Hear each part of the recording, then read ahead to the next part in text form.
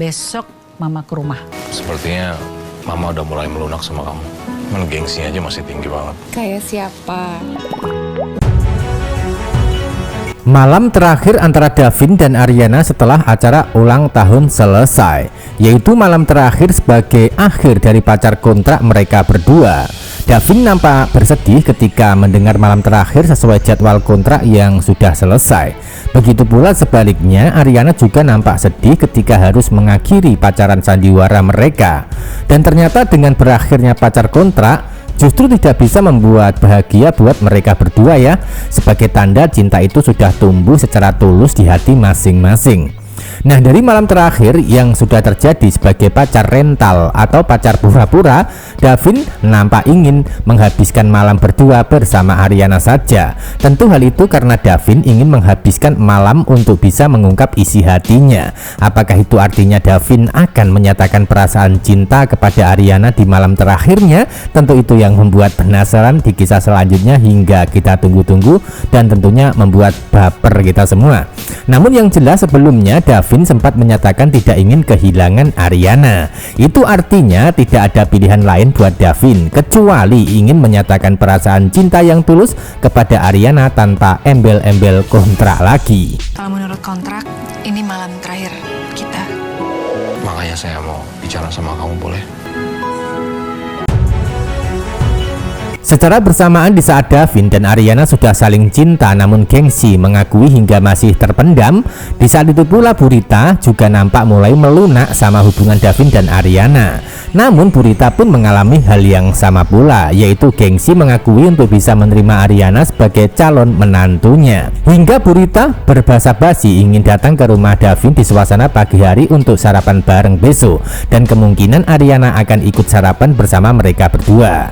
Tentu dari pertemuan mereka bertiga nantinya menjadi awal ya kalau Burita pasti akan setuju dan merestui jika Davin bersama Ariana untuk menikah setelah sebelumnya selesai perayaan hari ulang tahun. Bahkan Burita akan memaksa dan terus menekan Davin supaya menikah sama Ariana untuk menjalani pasangan hidup. Itu artinya secara tak langsung Burita ini yang akan menyatukan antara Davin dan Ariana menjalani asmara sungguhan. Salah paham yang dialami Burita tentang hubungan Davin dan Ariana akan membuatnya terus memaksa untuk menyatukan. Atau sebaliknya, ketika Davin tidak berani bilang jujur masalah perasaan cinta kepada Ariana, maka Burita yang akan mewakili dengan cara melamar Ariana untuk Davin nantinya. Pasti seru dan membuat baper di kisah cerita selanjutnya ketika malam terakhir pacaran kontrak sudah selesai dan akan berlanjut menjadi pasangan sungguhan di bawah restu Burita. Dan setelah itu saya lihat muka kamu muncul, ada tulisan pembunuh. Kan gila kamu. Ya justru itu buktinya. Bukti apa? Kamu mau saya berkata apa? Kamu. Episode sebelumnya happy ending buat Ariana di acara ulang tahun Davin. Selain Ariana berhasil hadir di acara ulang tahun dengan penuh perjuangan dan halangan, ternyata dirinya juga sukses membuat kejutan buat Karenina dengan dibantu Petrus.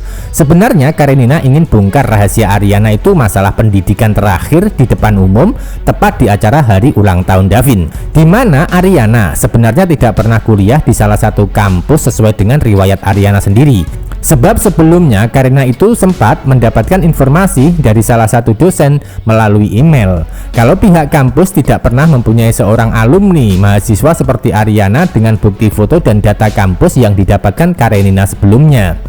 Nah, dari situlah awal menjadikan Karenina percaya diri ingin bongkar kebohongan Ariana di depan semua orang, terutama kepada Davin, untuk membuat sebuah kejutan dengan tujuan menjatuhkan harga dirinya. Namun sayangnya alih-alih ingin menjatuhkan Ariana dengan memperlihatkan bukti di layar proyektor panggung ulang tahun Davin, malah sebaliknya Karenina sendiri yang mendapatkan kejutan tak terduga hingga membuatnya malu sendiri, takut sekaligus panik hingga sempat gemeteran. Karena di balik kejutan tersebut Karenina dituduh sebagai pembunuh. Semua orang dan tamu undangan saat itu kaget dan bingung. Sebaliknya Pak Arya mulai emosi kepada Karenina ketika pertemuan di rumah. Bahkan Pak Arya sempat ingin menampol muka Karenina yang terus membantah omongannya untuk membela diri. Lalu apa yang terjadi selanjutnya? Tentu saja emosi Pak Arya akan meledak-meledak seperti bom buat Karenina. Alih-alih menjatuhkan Ariana untuk mendapatkan kepercayaan lagi dari papanya, Malah sebaliknya Karenina sendiri yang jatuh hingga hancur berkeping-keping.